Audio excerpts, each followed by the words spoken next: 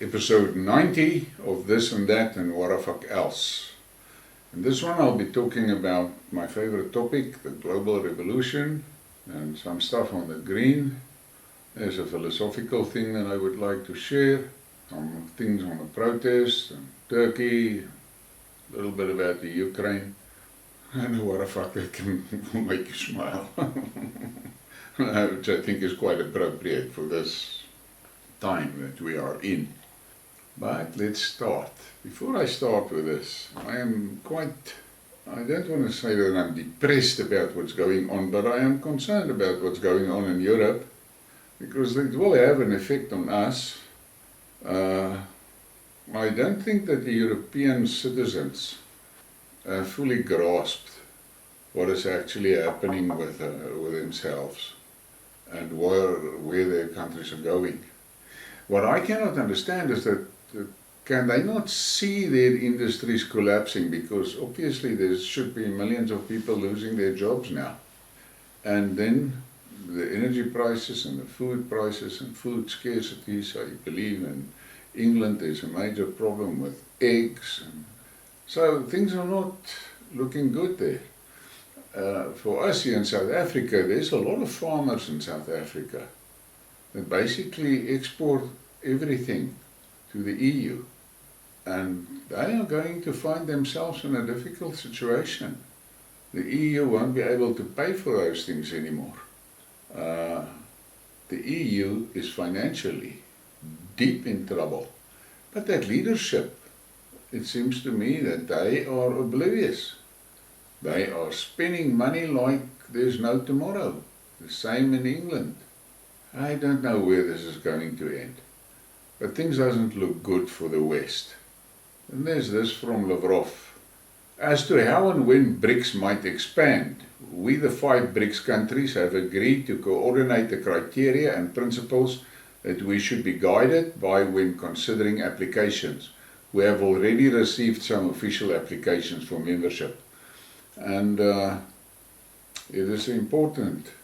And there's a few potent guys that wants to get into BRICS.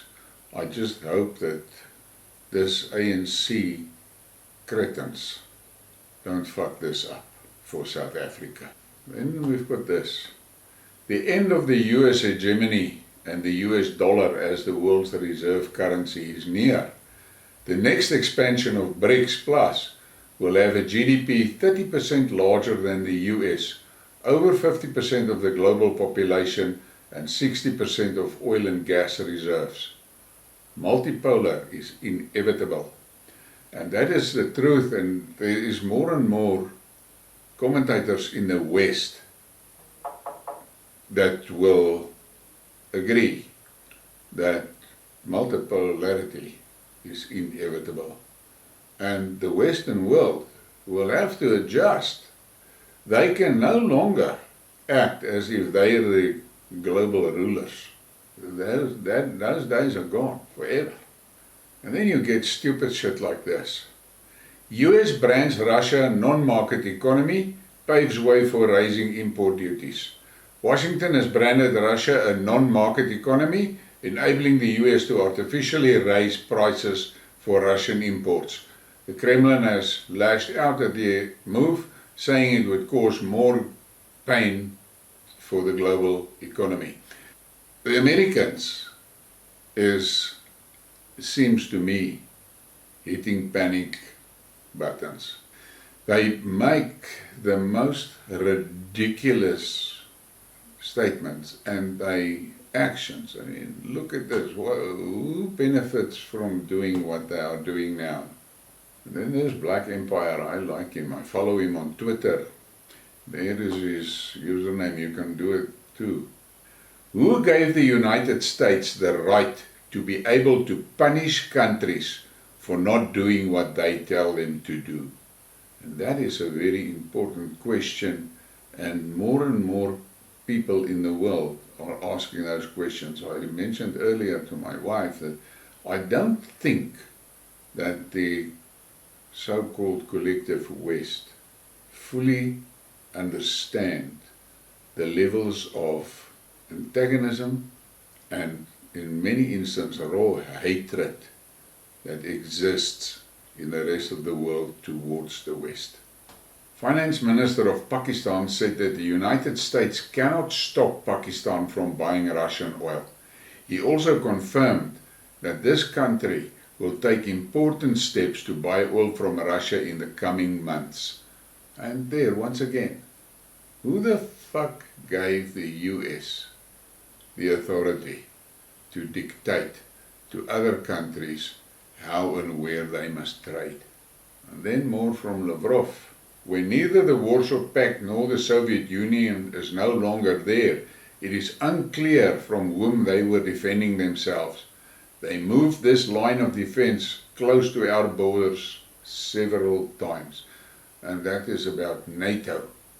The Philippines, President Marcos Jr. reminded contracting parties of the Treaty of Amity and Cooperation in the Southeast Asia, TAC, to do their part in finding resolutions to the South China Sea, SCS, dispute without resorting to conflict during the 7th East Asia Summit.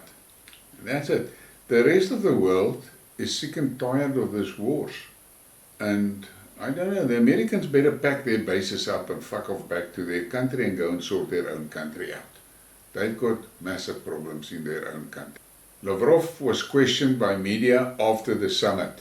He said NATO is now claiming that they'll play a leading role in Asia-Pacific region and are already shifting the so-called defensive line to the SCS. They are promoting an Indo-Pacific strategy to contain China and Russia. Chinese Premier said, as the call for peace and development among people in the region is growing stronger, countries in the region need to uphold mutual respect and deepen win-win cooperation. He reiterated that countries need to maintain strategic dialogue, conduct constructive interactions, pursue mutual beneficial cooperation, and tackle risks and challenges together. And what the fuck is the Americans and NATO and all that Western countries doing there? They better pack their fucking boats up and fuck off back to their countries. What the hell are they doing there? But the old story, they're there to plunder. Then there's Lavrov's statement at the G20 summit. Despite US statements in the G20 summit, other countries are increasingly convinced that the conflict in Ukraine was instigated by Washington. The US and the EU handled the UN Secretary General written promises that the restriction on Russian grain and fertilizer exports would be lifted. Let's see how that's implemented. Ukraine's conditions for starting negotiations are knowingly unrealistic and inadequate to the situation. Russia does not refuse to negotiate with Ukraine. The EU and NATO have long been parties to the hybrid war in Ukraine. And as per usual, the West will not pay attention when the Russians speak. This from the Chinese Foreign Minister. We believe that not one has the right to take away Russia's rational right to participate in multilateral formats. And it's important to take note of it, and there's a lot of countries that are beginning to get fed up with this bossy attitude of the West. And this is from Erdogan. The cost of isolating Russia from the world would be unlimited. Turkey's President Recep Tayyip Erdogan said the cost of isolating Russia from the world will be unlimited in an answer to a journalist's question at the G20 summit. Well, but the West doesn't listen. They are still as arrogant as always, but reality is going to bite them. And then you get this. This was quite interesting for me. The Algerian president said that his country will grant Cuba a solar power plant and will resupply Havana with fuel to reactivate power stations to end the frequent outages. Interesting. Now Algeria sits in northern Africa, and you know where Cuba is. The world is changing. And then we get this from our Buffalo Soldier. The ambitious actions that the Presidential Climate Commission has proposed will play a significant role in enhancing the effectiveness in South Africa's response to climate change and implementation of the just transition. For fuck's sakes. Does he even understand what the fuck he is saying? Just transition. It's just a money-making racket, and the WEF has got him solidly by the short and curlies, and he's going to take South Africa into a fucking disaster on this road. Germany is buying all our coal that they can lay their fucking hands on, specifically because their Green Deal flopped spectacularly. But no, this ANC, clever Einstein, he thinks South Africa can do it better. And then you get this from Nick Headley.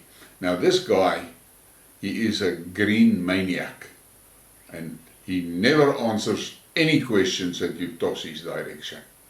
The gradual shift to electric vehicles, electric minibus taxis and electric buses will lead to a stable inflationary environment due to decoupling from oil prices, South Africa's Just Transition Plan says. And that is total bullshit. Imagine an electric minibus must go from Messina to Pretoria. How many times will you have to recharge on that route? And every time sit for 8 hours. They fucking crazy, these people. And then we get this from Mark Barnes. And he made this post. And he showed this picture. And he said, quietly getting on with it. Getting on with fucking what? And then I responded on that. Getting on with destroying our natural, beautiful landscapes with useless fucking propellers. And then you got this. This is something to take note of.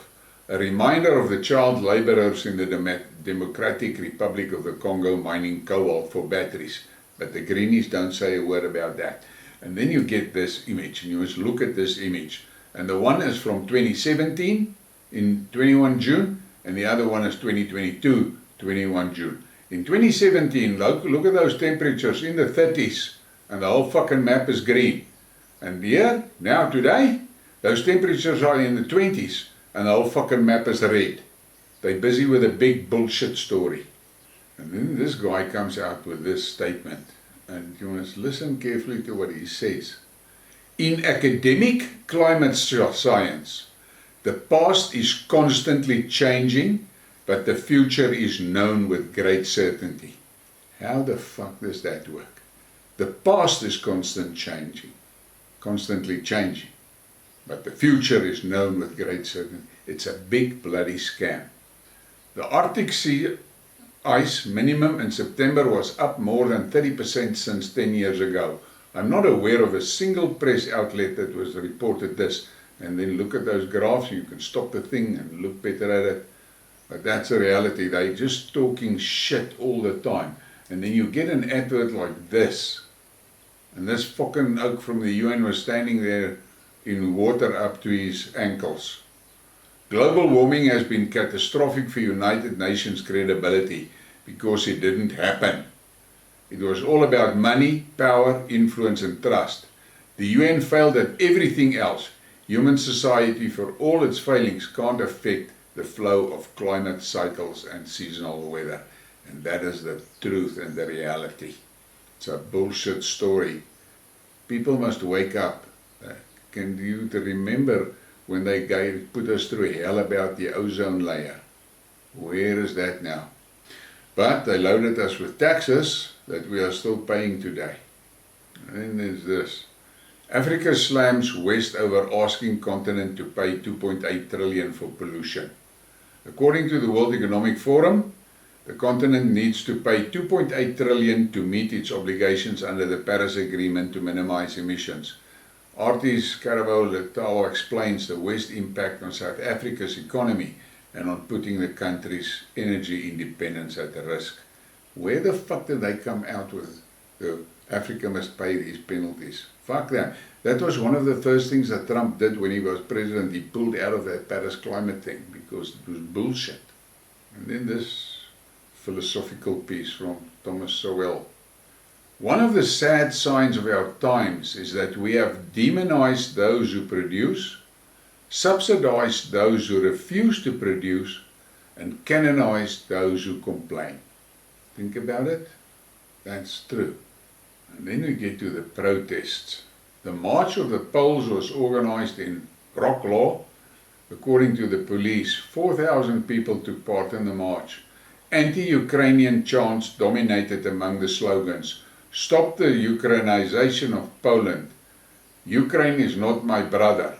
And Pole is the master of Poland. There's problems brewing there in Poland. But the reality is, you must understand, that Western Ukraine is Zazi Heimat. And those Zazis are moving freely in and out of Poland. And then there's this protest in Germany. Protesters rally against soaring prices and arms shipments to Ukraine. Hundreds of protesters hit the street of Leipzig to demonstrate against inflation, soaring energy prices and arms deliveries to Ukraine. Seems like the European citizens are waking up. And then we have this from Turkey, it's old news. Cars on fire after a loud explosion was reported in Istanbul's Faith District. Unconfirmed reports suggest a car bomb explosion have occurred. One car caught fire and the flames spread to other cars. Why is there now bombs in Turkey? Think about it. Turkey doesn't want to take sides against Russia. So, the CIA is busy stirring cock there. And then you get this from the Ukraine. And this Ukraine Zazis, they are now protesting like hell, burning a flag of Russia. Meanwhile, that's not Russia's flag. Aha, maybe someone should put these lunatics out of their mental darkness. I'm crying, so much stupidity can't be real. And I think that's the flag of the Netherlands or something that they're burning. And then you have this, and this is now for all you Ukraine lovers. This was an interview that was on television of one of the prisoners that was released in that prisoner swap deal between Russia and Ukraine. I think they should all die, even small children. There shouldn't be any Russians. This Russia is some kind of very long border between Finland and China. Olga Lakunova, the serviceman of the armed forces of Ukraine who returned from captivity, said, residents of Russia, including young children, have no right to live. And they talk about it with smiles on state channels. Another example of the fascism which is taking hold of an increasing number of people in Ukraine. That is what Russia is fighting against, boys. And then you have this image, you must not take a look at. This is what that Zazis do in Ukraine. And that is how they treat Russian-speaking members of their society. Look at that. And then ask yourself again about your support for the Ukraine. It's a lot of Nazis that. And then we get to that what the fuck moment, and in view of the fact that Trump has said he's going to run again, I think this is appropriate. And this is a meme that made me smile. Hillary on the phone. Supreme Court Justice Ruth Ginsburg just died, and I would very much like to take her place. And then, typical Trump. Well, it's all right with me if it's okay with a funeral home. And on that light note, please hit the like and the subscribe and share the thing. Thank you for your support.